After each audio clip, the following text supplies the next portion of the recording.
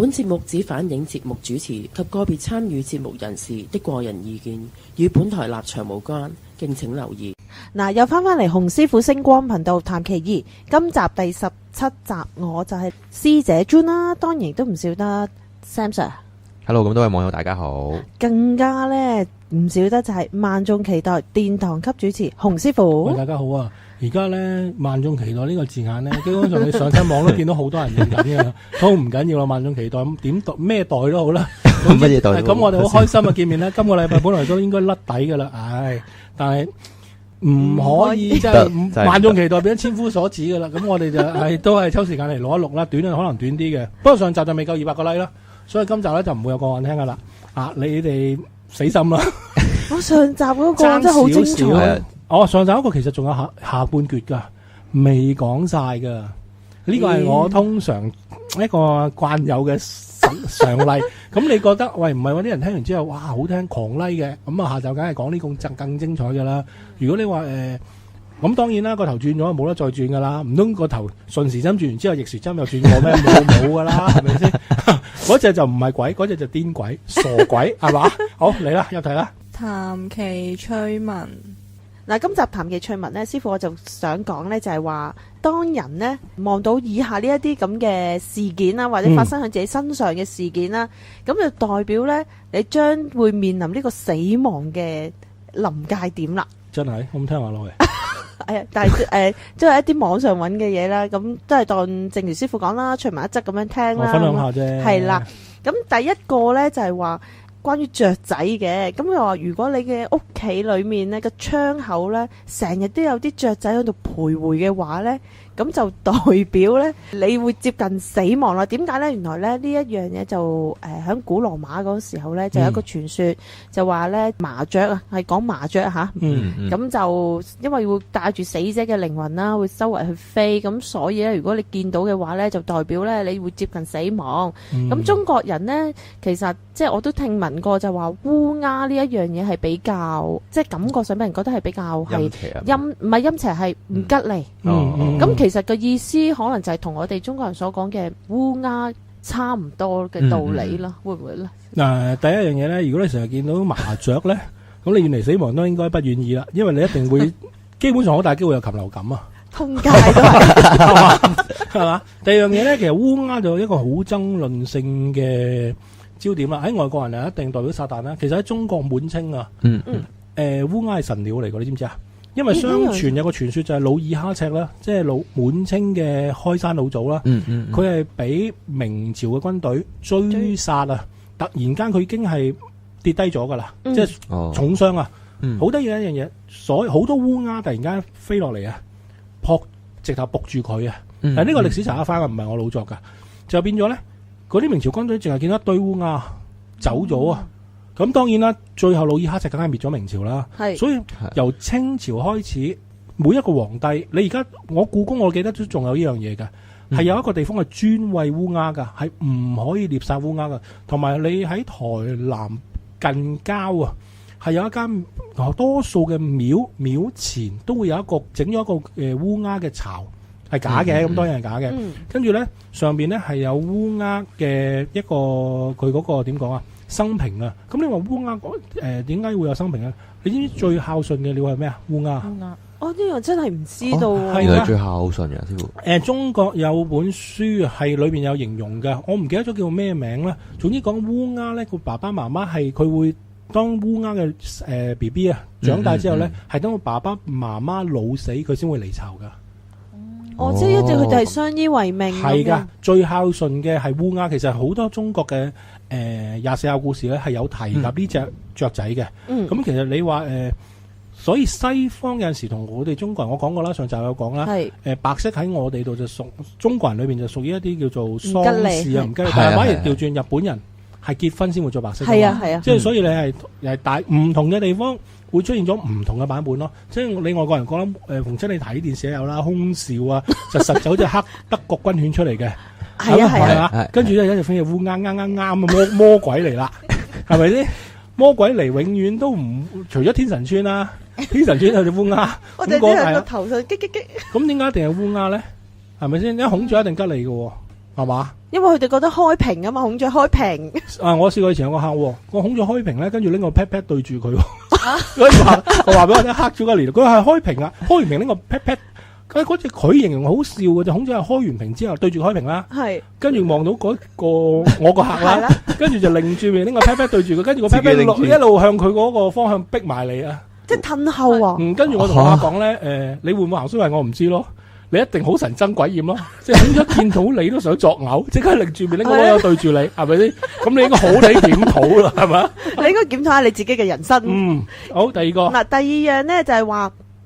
但係呢個咧就係一個日本嘅都市傳說嚟嘅，咁就話好多時咧喺日本發生嗰陣時，佢哋傳聞啦，就係話好多親人咧喺佢哋過世嘅時候，即係過身嘅時候咧，就有類似嘅情況，就係咩咧？就係話當嗰個屋企人有人死亡咧，佢哋個鐘咧係會突然之間停止咗，喺嗰一刻，就有個咁嘅狀態。咁如果譬如突然之間你屋企個鐘冇電都死喎！第一樣嘢咧，講多少少啊！日本人嘅葬禮同我哋中國人有啲唔同。我哋中國人通常係打橫噶嘛，打橫，即係嗰個屍體啊，係如果計土葬啦吓，咁係打橫瞓喺度噶嘛。係啊係。日本人係打棟噶，係直入噶，所以你見你有陣時睇嗰啲日劇咧，你咪見到嗰啲墓碑啊喺場地，咁唔係100%，有99%啦。你見到佢個墓碑係好細噶，你。墓碑就隔籬嗰個噶啦嘛，你諗一樣嘢，如果佢咁細，咁佢隻腳咪搭到隔籬嗰個人個頭咯，佢係打洞噶，呢個係少少嘅冷知識嚟嘅，咁你可以上網睇得翻嘅。嗰陣時我點解我會知咧？因為嗰陣時我去過日本人都好信風水呢樣嘢噶，我最初見佢哋入棺咧，我都覺得得意，點解你買個陰地咁啲咁堆咧？後尾佢哋解釋我聽，佢哋係打洞噶，直入噶。咁當然你話後尾有土葬啊，點樣嗰啲唔係 sorry。火葬嗰啲係另外一樣嘢啦，咁講翻你個鐘啦，個鐘會停就會死嘅咧，咁我諗香港好多人都會送個鐘俾人咯，你明唔明啊？咁如果我想個人就人死係啦，雖然你話送鐘喺中國人嘅社會都係唔吉利，但係如果鐘停都有好多解釋嘅。以前我諗老一輩人會知嘅，屋企個鐘係用濕電嘅，即係插電係啦，咁停一啲都唔奇嘅，你屋企冇交電費咪停咯。而家多數啲鐘係用乾電嘅，咁亦都唔出奇嘅。冇電都會停，冇電都會停啦，唔係咁出奇。如果個鐘停咧，會有人死咧，我諗香港咧做鐘錶業一定由朝到晚咧，好晒。咪係咯，肯定由朝到晚俾人買晒啦，係咪？係咁買。好，繼續。咁第三個咧就係關於一個希臘嗰個相傳出嚟嘅，就話咧喺希臘人嗰方面咧認為狗咧就有即係狗嗰樣嘢，佢有一個預知嘅能力，佢有一個預見邪惡嗰個神力啊。咁而狗咧喺佢哋眼中咧就係即係睇到咧係一啲接近即係可能一啲鬼神嘅嘢啦，咁佢哋相信咧，如果狗喺度突然之間喺你面前係咁吠咧，咁即係代表第一就係可能你附近有啲靈界嘅朋友啦，咁第二咧就係話代表咧就係將會接近死亡嘅預兆咯，呢個都係另外一種講法。咁另外一個咧就比較有趣啲嘅咧，就話喺都係屬於係歐洲嗰方面嘅神話嘅，就話相傳咧有一個女神啦，就係代表死亡同埋愛情嘅。咁佢當時嘅坐騎咧就係一隻貓，平時狗見到貓先會叫噶嘛，即係佢哋兩樣係唔妥噶嘛，啲人成日相傳都係。咁所以如果係見到狗，即係啲狗見到貓咁咧，就代表咧就話佢要幫佢個主人去驅趕嗰個所謂嗰啲死神啦。就係咁啦。嗱，第一樣嘢咧。其實狗你相傳咗好耐都係會見到靈體啊。其實喺我所認識咧，貓會敏感啲嘅，因為貓通常精靈啲嘅，狗係比較鈍些少嘅。但係如果狗同貓見到靈體會吠啊，甚至佢會叫咧，我覺得冇問題喎。你有冇聽過啲 case 啊？隻狗係驚到走啊，隻貓係縮埋牆角啊。咁不如你覺得，如果當隻貓或者狗見到呢啲咁嘅 case，你仲驚好過啦。如果佢可以向住嗰個所謂嘅靈體去吠。咁起碼佢唔會驚個靈體啦。係啊，靈體殺傷力惡極有限啦。但係如果到佢見到佢都驚嘅，咁不如你到時先驚啦。同埋第二樣嘢，如果狗見到貓吠唔出奇啊，狗見到貓唔吠亦都唔出奇。如果隻狗同隻貓兩個喺度握手咧，你就一定代表就係死啦。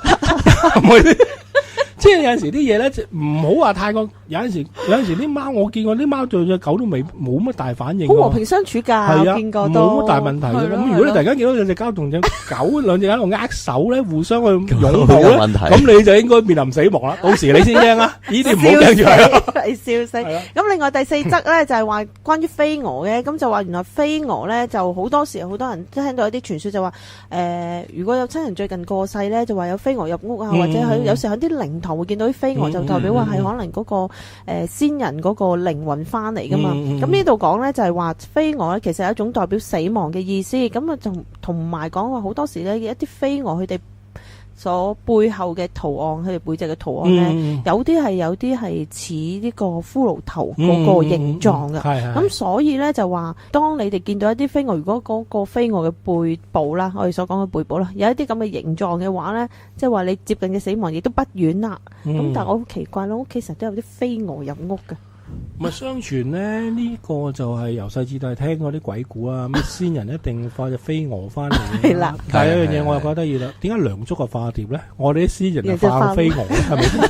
咁你話啲圖案嗰啲好難講嘅，咁你咁啱你覺得喺背脊啫，咁個飛蛾嗰隻個圖案喺臀部咁係咩咧？飛隻咩鬼入嚟咧？Seafood啦，我而家講海鮮啫，係嘛？即係有時我哋諗多咗啫，咁佢如果係嘛？似個女人咁點啊？飛個二奶入嚟啊！即係有陣時我哋太多嘢諗啦，同埋唔合理咯。即係你話咁 OK，咁你話相傳屋老一輩嘅老人家話如果有先人過身就唔好打飛蛾咁你唔打亦都無妨嘅。你又唔係滅蟲小組，咁你使乜見一隻打一隻嘅係咪冇意思噶？咁你咪選擇信咗心安理得咪得咯。同埋咧，我嗰時好細個，我都記得聽過一啲老人家講啦，即係。唔係有媽咪，好似啲街坊鄰居都講過，就話夜晚咧，如果有啲小動物入你屋企啊，或者飛入你屋企咧，就唔好打死佢，因為有可能咧就係嗰啲靈界嘅朋友。我都聽過，好細個就係咁講嘅。咁如果係咁，你唔打死佢，你咪噴殺蟲劑咯。我會好唔得，我真係好驚。係咪先？真係會打死佢。你整隻曱甴落去咁你覺得個曱甴係靈界，咁你又驚，咁你對住佢，咁啊大家有對峙咯。咁你不如交俾科學啦，噴殺蟲劑咪算咯，係咪先？曱甴對我嚟講係真係好恐怖，唔係飛過嚟恐怖。我試過見過有個客同我傾下偈咧，好耐啦喺佢間屋咧，佢係打喊路啊，跟住關有咩奇景啊？入咗去係啦，哇！呢個直頭可以入去嗰個潭奇過，入咗去跟住佢吞咗呢下先好嘢，跟住佢扣喉，跟住我心諗，哎呀！其實我建議佢入醫院噶，跟住佢話冇嘢，覺得個喉嚨痕痕地。我見到佢都想嘔，佢係打喊路。其實我覺得啊，我就唔驚呢啲嘢嘅，但係我覺得飛曱甴係一件好恐怖嘅嘢嘅。我試過有一次好耐喺啲即係草寮嘅地方沖涼啦，咁我沖完涼啊嘛，掹塊抹身巾啦，即係搭喺啲草上面。你估下掹嗰啲咩落嚟？一堆曱甴，叻女係啦，但係一堆啊！我又唔怕呢啲嘢嘅，因為由細至大見到慣，但係就會覺得好痕咯，成日個感覺你明唔明啊？成頭成身係咯。我試過細個拍死咗一隻曱甴咧，喺我隻腳度躝，跟住咧嗰啲我做啲咩動作？我攞嚟聞啊！我睇得出呢啲你嗰啲咁變態。呢啲癖好你都有嘅，師姐。唔係你唔好講人啊 Sam，你啲癖好都你都好特別嘅你呢。我通下渠嘅屋企。係啊，唔係啊 Sam 其實以前就係高級警務人員啦，而家係高級統渠師啦。大家諗諗，繼續。咁你另外一個咧就係話關於一啲照片嘅上架啦，就話相傳咧，我哋影相咧好多時就話就會攝咗人嘅部分靈魂入去嘅，咁就要掛咗喺度。如果突然之間咧，佢會成個鏡架跌落地爛咗咧，即係代表咧你亦都將近接近死亡。咁我就可能諗起一件事，咁如果啱啱個地方地震咁點？嗱，相傳都仲有一樣嘢嘅，成日話人哋瞓咗覺唔好影人相啊！啊，係啊，有冇聽過啊？有，我媽咪都有咁。同埋唔好同佢化妝，唔好同佢剪頭髮。嗰陣時細路仔咧，影相扭計嘅，係話啲有啲媽咪即係古老一代嗰啲咧，就中意睺佢瞓咗覺同佢剪頭髮嘅。但係話唔好噶嘛，因為相傳就話人瞓覺咧個靈魂會出竅噶。而家唔係講緊啲靈魂出體嗰啲嘢啊，講靈魂出竅咁咧就去周圍遊蕩嘅。嗰時咁呢啲梗係冇科學根據噶啦。咁就係話你發嘅夢咧就係你靈魂去咗個地方。咁咧如果你剪咗個頭髮，甚至有啲人整蠱人啊，咩畫唇膏啊，打個交叉落去啊，甚至影相咧，你個靈魂咧就會長期禁錮咗喺個相機，同埋你剪咗頭髮佢認唔到你咧，咁個人咧就到天光就會死噶啦。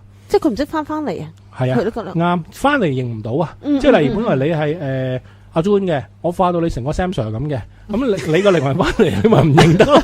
你明唔明啊？雖然你兩個好似人，你明唔明一樣嘢？但係我會覺得一樣嘢，我可以話俾你聽，呢樣嘢係唔成立嘅。哦，因為呢嘢我全部做過晒啦，咩人瞓咗覺我影人幅相啊，跟住同人剪晒啲頭髮啊，呢啲咁嘅衰嘢我全部做過晒嘅，我一照起身嘅，係冇問題嘅，唔使驚，呢個真係謠傳啫。咁同埋幅相會唔會跌落嚟咧？唔好話地震啦，咁有陣時你嗰個釘鬆咗咧，咁你跌咗落嚟咁死，咁咪好多人都要死，係咪先？唔會嘅。繼而講咧，就係話講完呢個鏡架就話鏡啦，鏡亦都係話同一個道理啦，就話如果打爛咗塊鏡咧，相傳就話會衰足7年。但係中國人嘅成語破鏡重圓，咁邊樣啊？好定壞咧？係嘛？呢個咪係，係嘛？破鏡重圓啊嘛。係啊。咁呢個都係咁啦。咁另外一個咧就係話，呢個咧就話影相嘅時候咧就唔好3個人一齊影。點解咧？點解咧？如果3個一齊影嘅話，中間嗰個會最快死咯。通常我都係企中間喎，真係唔見我死嘅喂。雖然好多人都想，但係你放心啦，你時我都未死啊。咁即係冇人肯影相噶喎，企中間嗰個一定係咯。咁啊話呢個咧，原來係源自於好原始嘅非洲部落嗰陣時咧，啲人可能睇到第一次相都好好奇，咁所以就覺得有呢樣嘢發生，佢哋就咁樣力蘇係嘛？力蘇嗰個年代。咁另外最後一個啦，就係想講咧就係。金龜子啊，即係我哋所講係咪甲蟲啊？係。咁就話咧，如果無緣無故啲甲蟲咧，跌落個死人，即係啲人死可能佢有啲鞋噶嘛，佢哋之前着過，咁如果跌咗落去嘅話咧，即係代表話呢個人都就嚟死啦。點解咧？相傳咧，原來金龜子咧，聞嘅味道咧，就話即佢哋係中意。即嗰啲臭腳味啊！唔係，你應該咁講，佢應該係呢個係有啲抄死前有種嗰啲味。古埃及啊，有一啲類似甲蟲咁嘅嘢咧，係中意食死屍嘅。係啦，佢哋聞以死屍個肉身啊做食糧噶。但就唔係金龜子。你可以講，你有冇睇《盜墓迷城》啊？《盜墓迷城》有一紮嘢充斥。係其實嗰啲如果喺你睇翻嗰啲古埃及嗰啲傳說咧，佢嗰啲係會食你個死屍噶。所以佢哋覺得咧，就如果對對鞋，因為鞋嗰度有啲臭腳味，佢哋覺得嗰陣味就同嗰啲屍體可能有少少相似，咁所以啲甲蟲就會捐咗落去。就佢會用爽膚堅咩？爽膚堅，咁應該要去睇下醫生啦，睇下咩事。講翻啲就係咁樣啦。咁即係真係啦。咁我哋真係當隨埋一則咁樣聽啦，大家輕鬆下啦，係咁樣啦。好，到阿 Sam Sir 啦，師傅。咁我又睇到一單新聞咧，就係講喺美國發生嘅。咁喺06年嘅時候咧，咁啊有間廣播公司喺美國，咁啊就直情報道咗咧，話有個17歲嘅小朋友啦，咁就話自己咧其實係同其他人係好唔同嘅。咁佢點樣唔同咧？佢就話咧，佢係平時咧中意同啲靈界嘅嘢溝通，覺得咧就同年紀嗰啲人咧就玩唔埋。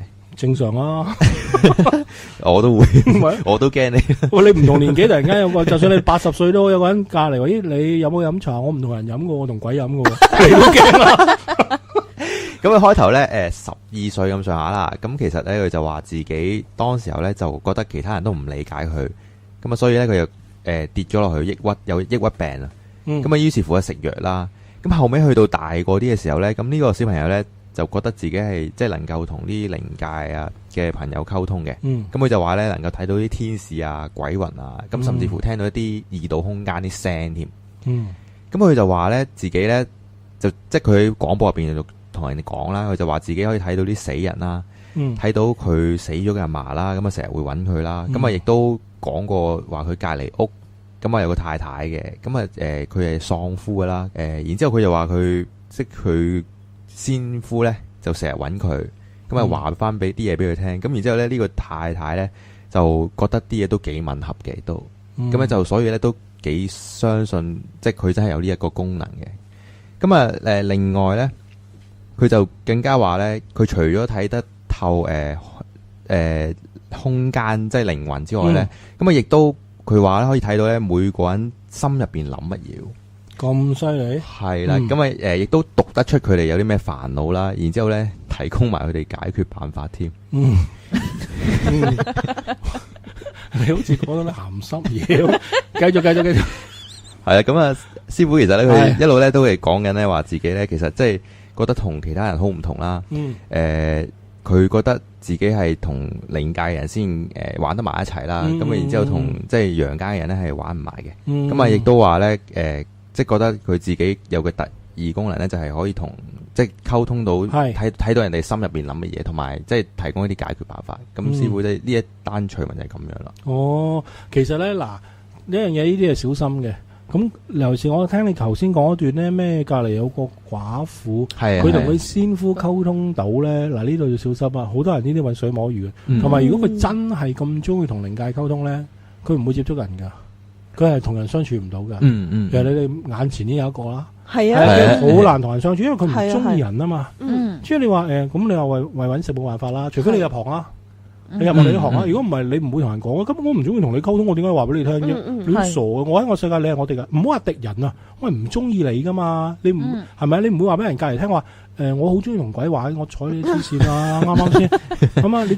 你除非你係我哋呢行咁啊，冇辦法。同埋小心好多個人而家都係噶，好多人都話有佢嗰個預知能力。我講過啦，係10個有9個都有陰陽眼噶嘛，甚至有啲係陰眼噶嘛。咁你。我以前喺另外節目講過，通常我哋係識女仔嘅咧，嚇到女仔好驚噶嘛，同埋你會覺得自己好另類啊！有啲人話：哎呀，係啊，你睇到啊，你嚟我屋企睇睇啊！我新屋又你同我望望睇下有冇嘢啊！即係你會係有啲你通常你留意啲人咧，係好中意表現自己嘅。我講過啦，真正可以見到嘅人係好低調，同埋佢唔會話俾你聽㗎。即係我成日舉例一樣嘢，你而家講緊啦，好簡單嘅啫，你喺非洲。假設你係土人，你見到一架保時捷，你梗係覺得好好奇噶。係啊，哇保時捷啦！但係你喺香港，保時捷咪保時捷，喺周街都係咯。你明嘛？即係你見慣鬼嘅人，佢唔會話俾你睇住，隔籬啊，你點冇呢啲嘢噶？通常呢啲咧100%係假噶。真正嗰啲唔會同你講噶，見到咪見到咯。咁佢就算傷害你嘅，因為逢身可以見到啲人，佢哋係相信因果啊。佢今世嚟搞你，佢都覺得冇得救嘅，同埋佢見到亦都冇呢種能力噶嘛。你會睇戲啊？係咪先？哇！又嚟啊！臨兵鬥者啊，係咪？又放條神龍出嚟啊！唔好睇咁多電視啦，即係正常都睇到你黐線啦。即係變咗一樣嘢，唔好話太過人哋話見鬼嗰啲咧，你咪當菜聞一則聽咯，聽完算咯，係咪先？即係咁多嗰啲咩啊？燕赤霞。嘣係老佬啊！你阿爸睇嗰套就唔係老佬啦，日本版老佬啊！好，下個環節談奇之謎，嗱，要翻嚟談奇之謎呢個環節啦。喺未講呢個談奇之謎之前，師姐有冇聽過招魂呢樣嘢？有，咁響我以前做警察嘅時候咧，處理過一啲案件咧，即係牽涉到有死人咧，佢哋啲屋，即係嗰啲先人嗰啲屋企人咧，都會係見過佢哋做路祭啦，甚至乎可能做過一啲 case 係關於跳樓咧，佢哋都會即時就同佢哋做個招魂儀式，攞佢啲衫褲啊，同埋我都見過一啲報章啦，係攞隻雞嘅，我都有聽過呢樣嘢。咁變咗，其實招魂會唔會就係一種嘅儀式呢？其實可唔可以咁講，就係話譬如啦，有一個死者啦，佢譬如嚇死異鄉嘅話，或者係揾極都揾唔到佢，咁究竟係點樣呢？聽聞就係話啲魂魄呢就會同個屍體呢就一齊呢就流落喺異鄉嗰度，翻唔到去本身住個地方嘅喎。係咁，亦都喺嗰度受苦咁樣啦。咁但係亦都有一啲嘢就係話只要你請到一啲即係喺法事上做到一啲嘢呢，咁佢哋個魂魄呢就會翻就可以話翻嚟去本身住嗰個地方嘅。咁係做啲咩法事？譬如一啲經文啊，或者一啲祭品啊，或者係好似阿師姐中你話齋。之前有人用啲雞啊咁樣咯，係嘛？咁但係呢，嗱，我睇到一啲資料啦，咁就話一啲專家啊，曾經都講過呢，就話不論揾唔揾到嗰個，即係好似你咁講，譬如可能嚇死異鄉，我哋或者甚至乎有啲人已經失咗蹤一段時間，我哋相信佢可能已經死亡啦，揾唔到佢嘅屍體。我所講，只要唔係響屋企裏面過身嘅話呢，都要做招魂呢個儀式嘅喎。即係如果你譬如簡單嚟講就係，如果你真係喺屋企或者我哋所講啦喺醫院啦，你真係咁樣去離世嘅話咧，咁就唔使做咯。其實 other than 呢兩個地方佢其實都要咯。如果譬如喺啲街上面嗰啲，因為佢哋可能唔清楚究竟發生咩事。咁我睇係即係我自己覺得就係睇你邊一個宗教啦。同埋好似都話，如果要做呢個儀式咧，都要擇翻一個時辰啊，或者一個吉日咁樣噶嘛。同埋好似話，如果真係要做呢個招魂咧，死者唔可以話同屋企人嗰個我哋所講嗰啲時辰八字相沖噶喎。其實咪即係好似等於葬禮一樣咯，個儀式可唔可以咁講？但係嗱，一樣嘢死者為大咧，其實如果係嗰個先人嘅屋企係全部都係百無禁忌噶嘛，即係我理解啊嗰時，因為點解咧？幾年前我媽咪過咗身啦，咁當時靈堂嗰啲人都話先人嘅屋企人咧，全部都百無禁忌噶啦，咁樣咯。係啊，我都有聽過。係啦，咁所以係咯。總之就每一家每一法都唔同啦，係咪？咁同埋即係有一樣嘢，我覺得好得意嘅就話，你招魂嘅時候咧，就要大嗌嗰個，譬如相信係死咗嘅亡者啦。係我見過，因為做 case 你要大聲嗌佢個名，嗌幾次嘅喎。大聲嗌佢個名，就話傳說就係話，如果你咁樣嗌佢個名咧，佢個魂魄就因為聽到你把聲嗌佢啦，因為咧就話。一個人如果真係死亡嘅話啦，即係我叫新鬼啦，我哋可唔可以咁講啊？咁就係話佢哋其實好多時都唔知自己已經係過咗身嘅，係啦，同埋就話我哋會漂泊流離浪蕩啊，唔知去咗邊咁樣咯。係啦。咁變咗咧，咁喺大聲嗌佢個名，就俾佢知道啊，你翻嚟啦，你要嚟翻呢個地方，就跟住你把聲咧，就去應該去嘅地方。咁亦都係話講翻即係額外少少嘅資料啦，就係話一啲咩回魂啊嗰啲咁嘅嘢啦，係咪先？即係等佢哋知道原因就係其實你已經唔在世㗎啦，你哋應該咧就去嘅地方啊，即係去一啲你哋屬於去嘅地方，同埋就係話會有打齋呢樣嘢咯。都會嘅，咁但係咧，我睇到就係話，嗱，我哋做完一個招魂儀式之後咧，就好似講話就個遺體咪要擺喺殯儀館嗰度嘅。我當我揾到屍體，可能一啲意外啦，佢哋可能真係跳樓呢啲 case。當然我哋都唔鼓張任何人去做呢一樣嘢嚇。有啲咩嘢咧都可以去解決嘅，唔需要話行到呢一步啦。冇錯。咁佢哋譬如佢話咁，我曾經咧就真係接觸過一單 case 係真係有睇到嘅。咁就係一對情侶啦，咁佢哋就雙雙就跳咗落嚟。咁佢哋屋企人呢，就真係各自咧走去做呢一個阿西美所講啦，就係招魂啦。但好奇怪，嗱，有一個問題呢，佢屋企人都問過我，當時就問過我話，Madam，我哋做招魂得唔得？咁其實呢啲係你自己嘅決定啦，我唔會去，即係警察唔會參與你任何嘅意見啦。咁但係呢，招魂你一定要揾翻係佢當時死亡嗰個地點，正確嘅地點你先要做到。相傳就係咁講啊。係。咁但係後期我所知道呢，佢哋講翻俾我聽呢，原來佢哋去錯地點，即係明明係喺呢一個大廈嘅，即係 A 大廈嘅。係啦，佢就去咗即係 A 大廈嘅天井嗰個位置啊。其實佢跳咗落個天井嗰個位置嘅。咁佢又去咗 B 大廈嘅路邊做呢個招魂咯。咁但係其實嗰個大廈嘅路邊同佢即係話嗰個死者嗰個其實唔同 building 噶，但係附近都佢只不過就係話，因為呢一座大廈呢係生前呢一對情侶呢，因為佢哋屋企人呢，兩家嘅屋企人係各自做噶。同埋佢哋有一家人呢，就係當日即做啦，有一家人就揀咗係另外一日做噶。咁所以呢，後尾即日做嗰個就同我講翻，佢哋響 B 地點嗰度做，但係其實呢。問翻我啦，呢個地點係咪去跳落嚟？即係佢屋企人所嗰個着點啦。咁我當時我唔知佢哋話係問嚟做乜嘅。我話咦，其實唔係，呢個只不過係佢哋當時生前住嘅單位嗰個 building 嚟嘅啫。其實佢哋跳係另外一度嚟嘅。咁佢哋死啦，做錯咗個地方啦。咁點呢？再做多次。我叫佢問翻嗰個負責做招魂呢個啱啊，因為我哋都唔識噶嘛，我唔識之餘，我都唔會俾你任何意見咯，就係咁啦。咁同埋咧就我曾經咧聽過媽咪講過話，點解做招魂呢樣嘢咧，就話點解用啲衫褲咧，就希望咧就話死者咧聞到佢生前嗰啲衫褲嘅氣味啊，識咁樣翻嚟啊。咁就等佢哋咧，即係翻嚟嘅時候嘅知道咯，沿住啲氣味咁樣翻嚟咯，就係咁啦。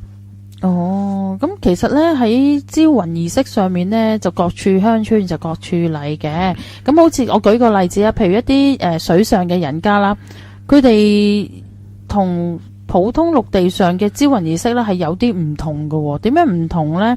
就係話，如果佢哋嗰個亡者啦係葬身喺大海嘅時候，因為你即係點解咁樣講呢？好多時啲漁民即係出海打魚呢，因為風浪大，你有機會就係咁樣，即係可能隻船沉咗或者係跌咗落海救唔翻啦嚇。咁呢就由於跌咗喺個海嗰度啦，嗰個亡者個屍首好多時都揾唔到啊。咁點樣做呢？咁佢個屋企人呢就會製造一個稻草人，係啦，就嚟代替嗰個亡者嗰個遺體。係咁個稻草人呢個身上面亦都會着住呢嗰個死者生前所着嘅衫啊，咁樣嘅同埋就會喺個稻草人上面呢，用一張紙寫咗個死者嘅時辰八字啊咁樣咯。跟住呢，就請嗰啲做法事嘅人呢，就同死者就招魂啦。咁你就會問，咦？咁喺海上面做招魂定係陸地上面啊？咁其實雖然佢哋係漁民啦，咁好多時佢哋即係住喺即係我哋叫艇家，住喺隻船上面啦，以船為家啦。咁但係招魂儀式咧，始終都喺陸地上面做翻㗎。咁嗰個做招魂法事嗰人就點樣做咧？就會即係準備好一啲祭品啦，跟住咧就喺個台上面就點起即係點住啲火啊咁樣，跟住咧亦都係我頭先所講啦。咁個家屬咧就會一路做呢個儀式嘅時候，一路咧亦都係喺度嗌死者個名，即係好似要向海邊嗰邊，因為佢可能喺個海嗰度死亡噶嘛。係啦，咁就希望咧死者咧聽到佢屋企人叫佢個名而識得翻嚟佢所住嘅地方。咁然之後咧，好啦，個魂魄翻咗嚟咯，咁就將個魂魄咧就招入去呢個稻草人入邊，跟住咧就再進行呢個安葬。咁但係呢種儀式有一個好特別嘅名，就叫做潮魂。潮魂邊個潮啊？潮州嘅潮，潮流嘅潮。係咁啊！提起咧話招魂咧喺海上面，我諗起一樣嘢，西瓜啊，係啊，西瓜。咁究竟抌西瓜？冇錯。咁究竟好奇怪。係啦，咁究竟如果嗰個死者真係即係葬身於呢個海入邊嘅話，究竟係唔係掟個西瓜就可以揾到個屍首呢？但係其實我喺度諗呢，嗱呢個都係一啲民間嘅傳說啊，民間流傳落嚟呢，就係話關於如果譬如真係你講開海啦，咁我就即係睇到呢啲資料就係話，如果個即係亡者都係喺海上面嗰度失蹤或者點呢，揾唔到呢，就真係抌西瓜落去嘅，就話即係喺嗰個位置啦，西瓜。即係要喺個西瓜寫翻失蹤嗰個人嗰啲名啊，同埋佢嗰個生辰八字啦，然後要經過一啲師傅去念經之後呢，就要將個西瓜呢就掟落去，咁呢個西瓜呢，就自自然然呢就會幫你揾到嗰個亡者啦。哦，佢停咗喺嗰度呢，咁即係話，咦個亡者有機會係喺嗰個位置㗎喎，咁就會響，譬如我響岸邊咁抌落去啦，個西瓜飄到某個位置就會。原來個亡者喺呢個位置，佢就會自動沉落去啦，就係咁咯。咁咧就話打撈過之後咧，就會揾到個西瓜，即係當時民間嘅一種流傳，話海上面揾翻嗰個失蹤者嘅方法啦。呢個就真係。咁但係呢一樣嘢你有跡可尋嘅，點解咧？即係嗱，唔知係咁啱定係得咁巧啦，真係。就係話說有一次咧，喺07年嘅時候咧，有個男人喺流浮山嗰度附近釣魚啦，就因為墮海失蹤咗，揾極都揾唔到佢個屍首啊！咁佢屋企人呢，就相信應該就葬身於大海噶啦，咁淨係希望就揾到個屍首，咁就嗱臨幫佢安葬就了咗件事啦。咁但係呢，佢哋點樣做啦？亦都係用招魂呢一個儀式啦。咁就係用西瓜拋咗落海嗰度，諗住招魂。咁你唔好話，到第二朝呢，嗰個死者嘅遺體呢，果然真係浮咗上嚟。你所以有啲嘢你話係咁啱得咁巧，咁當然我就喺度諗啦，咁個西瓜去咗邊？食咗？俾啲魚食咗？嗱，另外有一樣講開話民間傳說，點解話抌西瓜呢？原來係攞去嗰個諧音啊，西瓜即係屍龜，屍體個屍，歸來個歸。屍龜屍龜，咁係國所以語嘅拼音。係啦，係係咪以前民間嘅傳說啦。咁就算即係廣東話好，國語都好啦，即係咁嘅，攞去少少諧音咯，就咁樣係話就抌西瓜落去啦。咁當然啦，你話呢一樣嘢係咪真係揾到呢？就正如先頭阿 Sammy 先頭都講啦，就係咁啱咧，喺07年就係流佛山發現咗即係有一件咁嘅事發生咗咯。咁但係根據一啲科學嘅研究啦，當然即係我哋講呢樣之前，我哋都向呢一個科學嗰度去解釋下啦。就話呢，即係根據喺科學嗰邊出發咁講呢，就話即係當嗰啲我哋所講話喺海上面失蹤或者遇溺者啦，咁我哋揾唔到佢嘅屍首啦，咁屍體呢就會係向下沉嘅。咁當佢呢段期間呢，咁你知一定有啲內臟啊嗰啲噶嘛，咁佢哋經過嗰啲即係細菌發酵咗之後呢，咁就會個屍體會脹啊，咁自然會浮海。嗱，我都做過一次呢，就係嗰陣時喺 PTU 啦，就真係做過一單呢，就係喺個海度就做咗單浮屍，咁呢，真係拖上嚟個岸邊嗰度。要再去揾翻佢當然唔係話沉屍個地點啦。我哋要做嗰度附近做個 sweeping 啦，就好多時你見到嗰啲屍體咧喺海上面就真係發脹，係大成倍幾兩倍。係啊，我都見過。係啦，咁當然啦，咁你諗下啦，當時個屍體嗰啲係比水輕噶嘛，浮腫晒啦嘛，咁佢自然就會浮上水面啦。咁話預計呢個過程大約要2至3日咯。咁好多時就係話，譬如喺冬天啦，可能啲水溫會比較凍嘅話呢，咁佢個屍身腐化嗰個程度呢會比較慢，甚至乎呢可能需要大約5至7日到就浮咗上嚟咯。咁當然啦，喺科學理論嗰度呢，喺法醫嗰邊嚟解釋呢，就話，只不過可能真係咁啱咁解嘅啫。咁就算佢真係沉咗落海。佢即係如果喺海上面係死亡嗰啲沉咗落海底啦，佢自然呢都會浮上嚟，就係因為呢一個咁嘅原因咯。就係咁啦。喺科學上嘅解釋就係咁樣啦。我又覺得都合邏輯嘅，其實。咁講開招魂啦，咁其實最終究竟如果譬如嗰個人真係招魂招唔到啦，咁點呢？係咪真係傳說中所講嘅就係會淪為一隻遊魂野鬼呢？即係招魂不成係嘛？冇錯啦。但係其實都係咁講啦，就算真係嗱，即係有一樣嘢就好奇怪，我又覺得，如果既然個個招魂招到佢翻嚟，咁點解呢個世界上仲有咁多人話會見到有鬼呢樣嘢呢？嗱，咁其實招魂呢樣嘢呢，傳說中係啲咩嚟嘅呢？就係話由於嗰個死者啦，佢死咗之後呢，就去咗另外一個空間啦。咁啊，嗰個空間個地方佢又唔熟悉啦，人海茫茫，咁點做呢？就係話由一個即係仲生存緊嘅親人啦，或者朋友咧，佢做一個咁樣嘅儀式，就即係話俾你聽，你已經唔喺度啦。咁啊，你應該去呢，就或者係升天啦，又或者去做呢一個嘅輪迴啊，諸如此類嘅嘢啦。即係叫安心上路啦。係啦，安心上路嘅。咁其實呢一樣嘢，亦都係話點解會話招魂就係咁解啦。咁究竟招魂呢一樣嘢，如果譬如真係招唔到的話，咁嗰個亡者佢究竟係咪真係做一隻孤魂野鬼呢？咁其實我哋又好難去證實到呢，究竟我哋係咪真係招到佢翻嚟嘅？即係如果真係做呢個儀式。咁我相信，如果做呢個儀式嘅人呢，佢應該知道究竟嗰個死者個魂魄有冇翻嚟嘅，係咪先？你講開招魂，我有一個比較特別啲嘅古仔，想同各位網友分享下。都好啊，係就係話呢，喺幾年前呢，台灣有一單就係關於招魂嘅儀式呢，就嚇咗嗰家人一跳嘅。就係點樣呢？就係台灣啦，高雄嘅一個地方有一個女人呢，就話無端端呢，就即係跳橋跳咗落嚟咁樣。咁喺橋上面呢，就留低咗一對布鞋同埋佢嗰架車。咁佢仔收到呢個消息之後，當然好傷心啦。咁點做呢？就同佢買啲祭品啊，做路祭啊，招魂咁樣啦。就希望佢媽咪呢，就早日安息啦，去安心上路咁樣嘅。咁但係喺佢喺度品緊嘅時候，做緊呢個儀式嘅時間呢，突然之間呢，佢個仔個手提電話呢，就響咗上嚟，就一睇之後，咦？點解係媽媽打嚟嘅？你睇到之後你會點？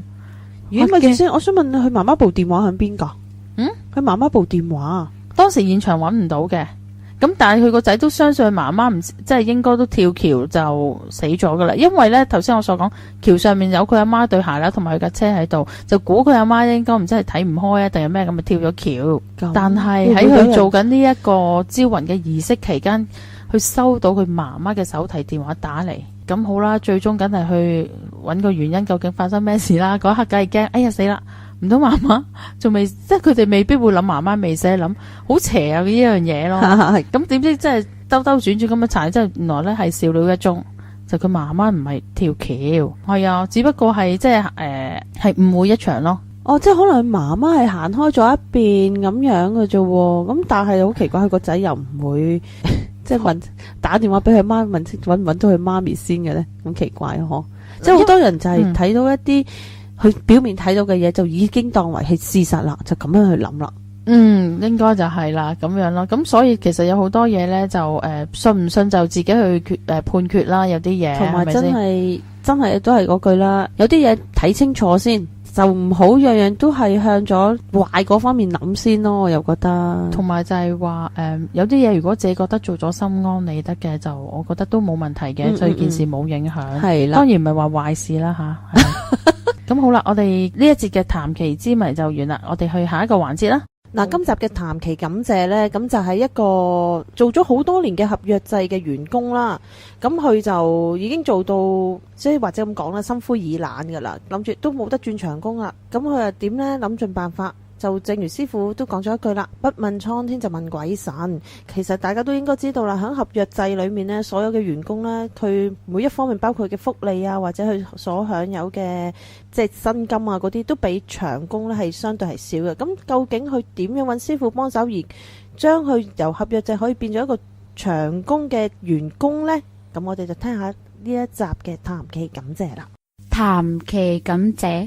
翻嚟今集嘅談期感謝啦，咁今日呢就好開心啦，咁因為有位網友呢，咁佢就話呢要上嚟多謝洪師傅嘅阿肥仔，係大家好，咁你介紹下你自己啦。大家好啊，我叫肥仔啊。咁啊，肥仔啊嗱，我就知道啦，咁你成日都話上嚟要多謝師傅，終於我哋夾到個時間啦。各位網友都好想知道，究竟你今次你呢一個感謝，其實係師傅幫到你啲乜嘢呢？同埋你喺邊一方面可以幫到你？你可以同我哋網友分享一下嘛？哦，可以噶，可以噶。咁其實係咁樣嘅，喺度講咗我個背景先啦。咁其實我之前喺呢個網上節目嗰度就認識阿師傅嘅。咁其實上嚟揾師傅嘅主要原因都係想改善下自己個事業運咯。基本上其實我係響某個政府部門裏面做緊個合約員工嘅。咁其實喺裏邊都做咗差唔多有10年噶啦。基本上其實我喺呢個10年期間，其實我都有去過出邊試過揾一啲私人嘅公司。咁但係其實出翻去做呢，通常呢佢哋都會壓我價，就俾低啲咁樣㗎。其實咁我都有去申請過其他嗰啲政府部門嗰啲長工嘅。咁考完筆試要去面試咁樣，但係最後都係waiting list 裏邊多咯。即係冇回音，乜都冇嘅喎。其實你即係試過喺你合約，即係喺政府嗰個部門嗰度啦，合約期間你都去嘗試見過話喺一啲政府部門見一啲長工，可唔可以咁講？冇錯。咁但係都係奈何係冇消息啦，亦都試過喺出面見，都係冇任何嘅消息。係啊，所以先至上嚟揾阿師傅幫下手改個事業運咁樣咯。因為我以前呢都係做政府工嘅。嗱，咁好啦，其實係咪你想轉長工呢？係啊，話晒都穩定啲啊嘛。咁啊係，因為合約嗰度始終嘅個 benefit 啊，任何嘅嘢咧都係比長工係稍為係遜色少少啦，又唔係話真係咁好嘅，相對嚟講。咁好啦，咁你喺呢一方面，你透過即係之後都講咗啦，就話透過網台嗰度都認識阿洪師傅啦。咁樣好啦，咁當你上嚟揾阿師傅嘅時候，師傅有啲咩同你講，或者有啲咩建議俾你呢？其實嗰次上嚟揾阿師傅嘅時候呢，師傅其實係同我講，咁我其實同佢講咗件事之後，佢就話其實基本上我係因為我啲人緣麻麻地啊，係啊，啲人緣麻麻地，所以影響埋我嘅事業運啦。咁師傅就我上嚟揾師傅之後，咁佢基本上想叫我，如果話佢運氣好少少嘅，咁啊，梗係做翻多少少善事啊，助養下小朋友啊，又或者係捐啲錢俾下慈善機構咁樣，咁希望可以養翻起個運喎。跟住師傅就其實就做咗啲嘢，就幫我改善咗個事業運咯。係啦，咁其實師傅都成日都同我哋講啦，就話咧一定要個根基或者個底咧要打得好先得噶。就算佢真係俾一樣好強勁嘅嘢你，或者你喺個師傅做一件好強勁嘅嘢，但係如果你個根基打得唔穩咧，其實咧相對嚟講咧，唔單止係對你唔好，反而咧仲係對你更加個運氣會比較有影響啦。咁所以咧，師傅成日都同我哋講啦，就話正如阿肥仔都講啦，做多啲善事啦，捐下錢去俾啲慈善機構啦，助養下小朋友，呢啲其實係某程度上呢，係幫大家呢將個運呢係打得個基礎個根基呢係打得係紮實啲，咁將來你之後所做嘅嘢，咁你咪會可以慢慢就地基打得好，你層樓自然就會起得靚噶啦。相對嚟講，你嘅運氣個底打得好，你自然嘅運氣就會平步青雲啦。可唔可以咁講？冇錯。咁好啦，咁我知道肥仔呢，咁其後你就喺師傅嗰度做咗一啲嘢啦。咁呢度我哋都係一樣啦，唔講得嘅，係啦。咁保持呢個神秘感。咁你即係喺師傅嗰度做咗一啲嘢之後啦，咁有啲咩事發生咗呢？其實見完師傅之後，大約2個月到啦。咁其實咁自己部門嗰度就會即係請長工嘅，咁自己咪又去試下咯，咁樣又去試下睇得唔得啦？又去試下咯。咁其實之後見完師傅之後，其實有一排咧有啲好耐冇見嘅朋友咧，就上嚟揾我，係啦。某程度上其實係響你嗰個人員係增加咗喎，因為其實太耐冇見，基本上大家都係忘記咗大家。冇錯。最重要嘅就係我真係估唔到啊，因為我估唔到，係啊，真係估唔到，即係竟然係上嚟有工揾我。介紹一啲私人工俾你。係啊。但係咪你想做嘅咧？都其實基本上我自己咧就係想做政府工多啲嘅。咁佢介紹嗰份其實都幾好 pay 㗎。即係人工都 OK 㗎，即係比我而家做緊嗰份一定係條件唔差，係啊，係高㗎，咁仲要。咁其實我有考慮過即係辭咗嗰份合約工，咁就過檔過去個朋友嗰度做啦。咁其實我都打算辭職㗎啦，咁樣。咁辭職嘅時候咧，咁就係另一個政府部門打電話嚟揾我。咁其實嗰份工就已經差唔多係見咗1年有多㗎啦。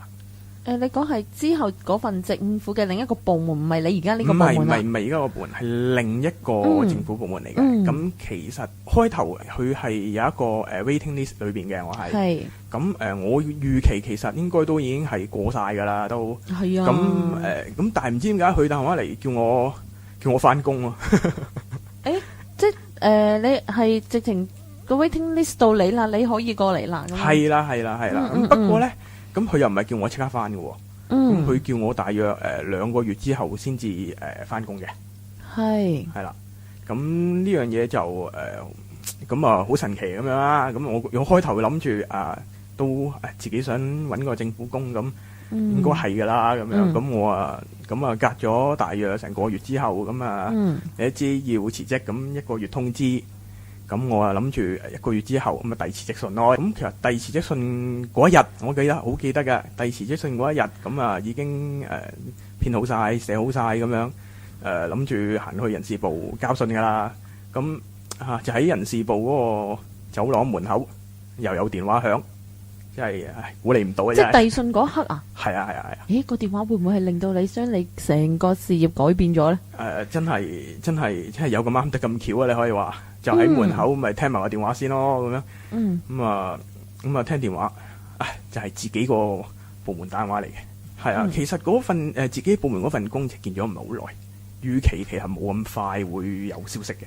係，即係相對於你喺另一個政府部門見你而家即係自己同部門見嗰份，反而唔係太耐啊，見咗。係啊，自己部門嗰份。但係呢份又係你心儀嘅喎。冇錯，因為其實基本上自己不嬲做開啦，做開做熟嘅。冇錯。咁同埋比起之前嗰份政府工，就人工又好啲啦。咁人望高處嘅啱嘅。冇錯。咁所以可以由呢個合約轉咗做長工啦。咁就係咯。咁咪可以繼續留翻喺度咯。即係咁講，其實如果你唔接嗰個電話，你就已經簽咗嗰個約噶咯喎，就唔係你而家做緊呢一份工噶咯喎。係啊係啊係啊。咁嗱，其實師傅都曾經講過啦，即係有一樣嘢係屬於你嘅話呢，點呢？佢都會揾到係你嘅。但如果嗰樣嘢唔係屬於你嘅話呢，佢一定係有一啲方法令到你有一啲阻滯啊，或者一啲棘住咁樣呢。咁即係證明咗就係話邊一份工係適合你，其實已經知道咯。係啊，其實我覺得好似真係有安排咁樣。係啦，冥冥中好似真係注定。你諗下啦，嗱，你當你要遞 resign 嗰封信嘅時候，讀電話響，點解遲唔響早唔響？就啱啱你要遞嗰封信嘅時候先響呢。最神奇就真係入去噶咯，諗住。係啊，就係嗰個妙啦。嗱，咁好啦，阿肥仔啊，咁今日咁難得上嚟啦，咁喺度談期感謝阿洪師傅啦，俾個機會你啦。咁喺呢一度想同師傅講啲乜嘢，或者你想多謝師傅啲乜嘢？其實喺度梗係想多謝阿師傅啦。咁其實基本上而家可以呢個心想事成咁啊，所以我都每個月我都可以捐少少咁樣，就係希望可以幫下人啊。咁其實基本上我覺得就係最緊要都係要信師傅咯。其實你又唔使話太過心急咁樣去話一定要即刻個心想事成咁樣嘅。咁其實好多時候都係啲嘢好順其自然㗎。係啊，話嚟就嚟啊，個運真係突然之間嗰刻就嚟㗎啦。係啊。咁其實即係大家網友聽完阿肥仔個個案都知道啦。咁其實咧佢都係一個耐心等候緊呢一個奇蹟嘅出現嘅。所以呢，各位網友都記得啦。咁其實喺師傅嗰度做一啲嘢，有時即係時間嗰方面呢，大家都有時。要俾少少時間去等嗰個機會啦，有啲可能好快，有啲就可能要少少時間。咁正如阿肥仔呢一個個案咁啊，呢一個感謝佢都等咗少少時間2-3個月嘅，咁佢就個奇蹟呢，或者個機會呢，就蜂擁而至啦。都係咁講嘅。咁你開唔開心先？梗係開心啦！開心嗱，咁我都好希望阿肥仔你嚟緊呢，可以上嚟第2次、第3次啦，咁啊或者更多次呢，上嚟多謝阿洪師傅，好唔好啊？我都想。好啊，咁我希望下一次再見到你。好，多謝。OK，拜拜。今集嘅佛牌環節啊，師傅我哋想講呢就係七龍佛啦。咁七龍佛呢，咁其實呢，我睇咗一啲資料啦，就係話相傳呢，就話有一次啦，佛祖啦，喺一個郊野嘅地方啦，就喺度禪定打坐修行嘅時候啦，咁有一啲妖魔鬼怪咧，咁啊諗住呢，就騷擾呢個佛祖修行，希望令到佢今次嗰個修行呢係失敗嘅。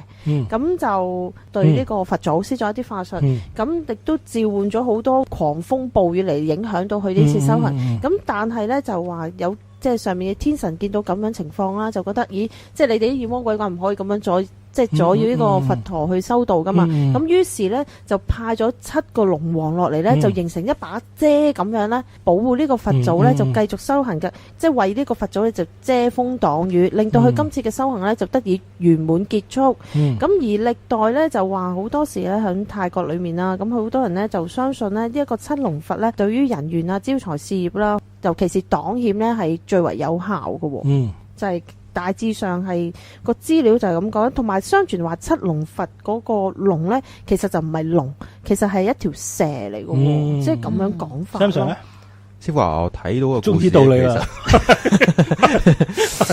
其實我睇到個故事咧，同阿趙師姐嗰個一樣嘅。咁啊，話說咧，就釋迦牟尼咧，當時候就練緊佛啦。咁啊，當時候咧，阿摩羅咧就為咗即係影響佢咧，咁於是乎咧。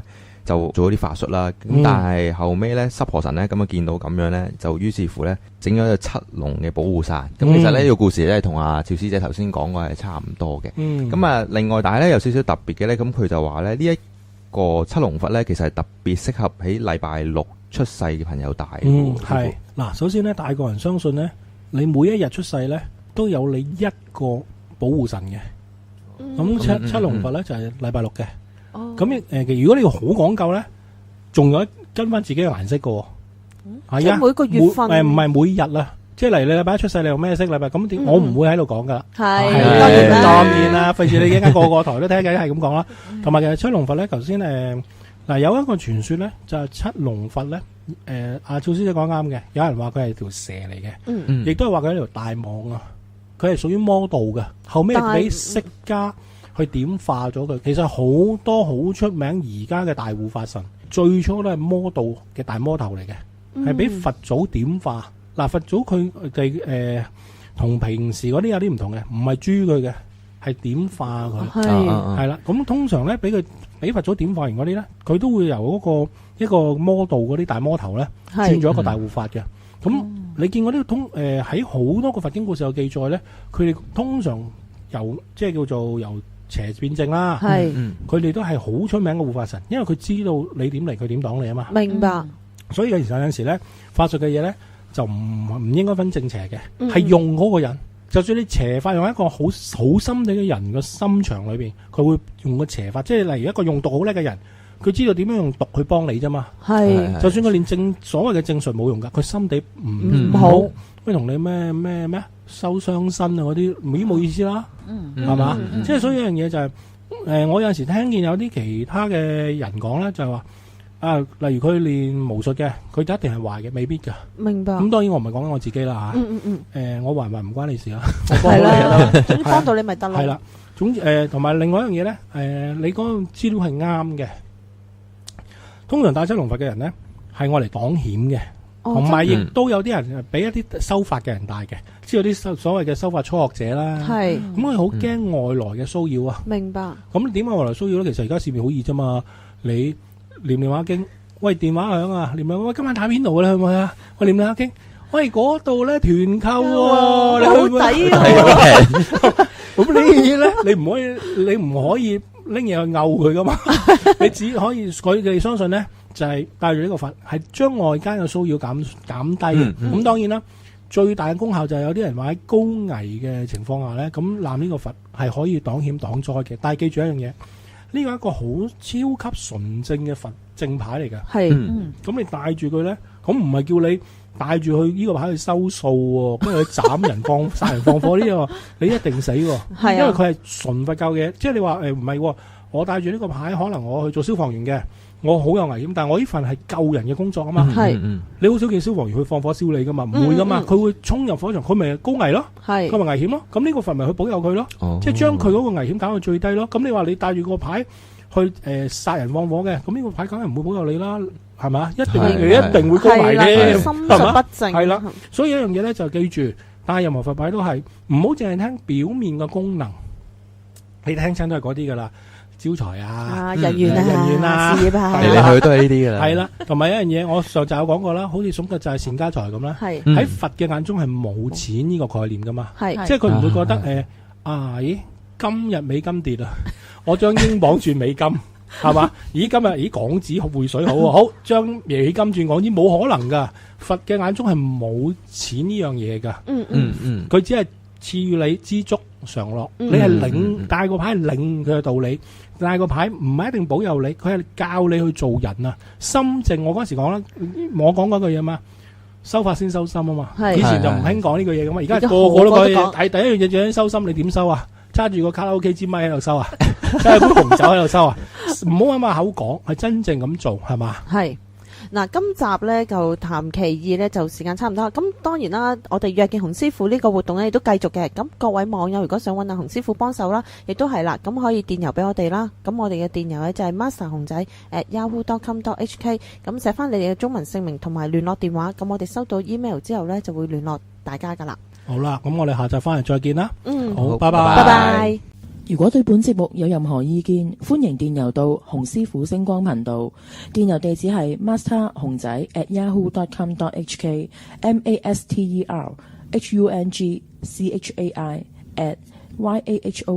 masterhongzai@yahoo.com.hk 或者可以瀏覽我哋嘅網站，我哋網站嘅地址係 www.masterhongzai.com masterhongzai.com